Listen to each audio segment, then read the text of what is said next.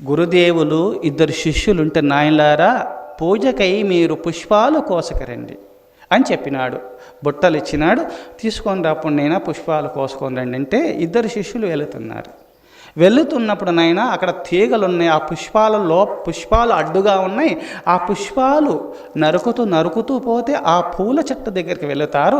అట్టి సుగంధ ద్రవ్యములతో కూడినటువంటి అట్టి పుష్పాలు పూజకై మీరు తేవాలా అని చెప్పినాడు. ఇద్దరికి చెరొక ఖడ్గం ఇచ్చినాడు. ఏవి ఆ ఖడ్గములు? గురూపదేశమనే ఖడ్గము. గురూపదేశం అనే ఖడ్గము గురుదేవులు ఇస్తారు.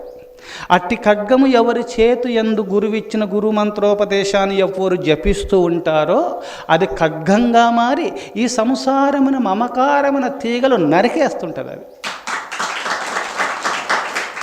మానవ జన్మమెత్తి గురుమంత్రము నోట పఠించకున్న నదమాధముడై తుదజేరు దుర్గతిన్.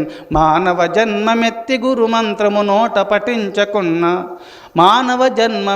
గురుమంత్రము నోట పఠించకున్న నదమాధముడై తుదజేరు దుర్గతిన్. మానవ జన్మమెత్తి గురుమంత్రము నోట పఠించుచున్న ఆ మానవ జాతికి సుగతి మార్గము కలుగు నిజంబు జీవమా అన్నారు మన మహర్షులు. ఈ మానవ జన్మం వచ్చినందుకు గురోపదేశాన్ని పొందినప్పుడు గురు కృప వల్ల అట్టి ఉపదేశాన్ని పొందిన పుణ్యపురుషులకు గురుమంత్రమని ఒక ఖడ్గము, గురు అనుగ్రహం అనే ఖడ్గం ఇస్తాడు. అనుగ్రహము ఎప్పుడైతే గురుదేవులు ఖడ్గం ఇచ్చినారో అట్టి ఖడ్గము తన చేతిలో ఉన్నంతకాలము ఈ మమకారమైన తీగల చేత బంధింపబడడు. ఇద్దరు శిష్యులు మాత్రము, ఒక శిష్యుడు ఆ ఖడ్గాన చేత బూనినాడు, వెళ్ళినాడు, ఆ తీగలను నరుకుతూ ఉన్నాడు, ఆ పూల చెట్టు దగ్గరికి వెళ్ళినాడు. ఒక శిష్యుడు ఎందుకు ఈ ఖడ్గం అవసరమా, నాకు పరాక్రమం ఉంది, ఏందో మా గురుదేవు చెప్తాడు, మా గురుదేవులు ఏదో చెప్పుతుంటారని చెప్పి ఆ తీగలు తెంపుతూ వెళ్ళినాడు. అక్కడికి వెళ్ళి ఆ పుష్పాలు కోసుకున్నాడు.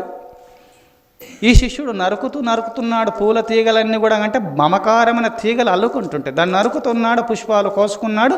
తిరుగు ప్రయాణంలో మళ్ళీ కూడా ఖడ్గం తీసుకొని అన్ని నరుకుతూ తిరుగు ప్రయాణంలో గురుదేవుల దగ్గరికి వచ్చినాడు. పుష్పాలు గురుదేవుకి అర్పించినాడు. కానీ ఇంకొక శిష్యుడు ఏం చేసినాడు?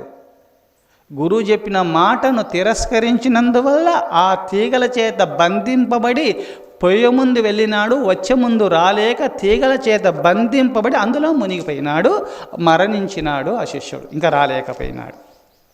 చూశారా? అందుకోసము ఇక్కడ మమకారమైన తీగల చేత బంధింపబడతాడు జీవుడు. భవబంధ విముక్తుడు కావాలంటే గురు కరుణాకటాక్షం అనే ఒక ఖడ్గమును ఎవరు చేత పూనుతారో, అట్టి గురువు యొక్క కరుణ కలగాలంటే గురు శుశ్రూష చేస్తూ గురువు చెప్పినట్టు ఆచరిస్తున్న పుణ్యపురుషులకు తప్పకుండా అది ప్రాప్తించి తీరుతుంది.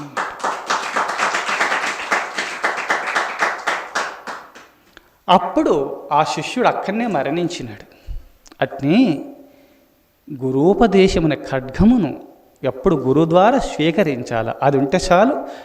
ఎప్పుడు జపం చేసినందువల్ల జపతో నాస్తిపాతకం, అటు జపం చేసినందువల్ల పాపరాశులు తొలగిపోతాయి, హృదయం పవిత్రమైపోతుంది. ఆ పవిత్రమైన అద్దమునందు తన ప్రతిబింబం ఎంత గోచరిస్తున్నదో అప్పుడు దైవ సాక్షాత్కారాన్ని పొందగలుగుతాడు. ఈ జీవుడు ముక్తాత్ముడు కానున్నాడు.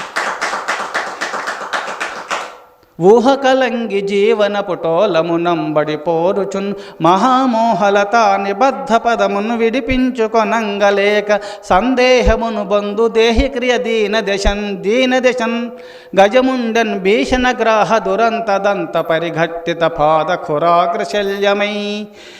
చూశారా? ఆ భక్త పోతన ఎంత చక్కగా అల్లినాడో. సంసారంలోకి నరుడు వెళ్ళవచ్చును, కానీ మమకారమైన తీగల చేత బంధింపబడకుండా గురువు యొక్క కరుణాకటాక్షం పొందుట నిమిత్తమే పరితపించండి. సంసారంలోకి పోవద్దని కాదు, పోండి, పోయిన ఏం కాదు. పనస పండు ఉంటుంది, ఆ పనస పండును కొయ్యాలంటే కత్తి తీసుకొని పనస పండును కోస్తూ ఉన్నప్పుడు ఆ బంక అనేది కత్తికి అంటుకుంటుంది, చేతులకు అంటుకుంటుంది.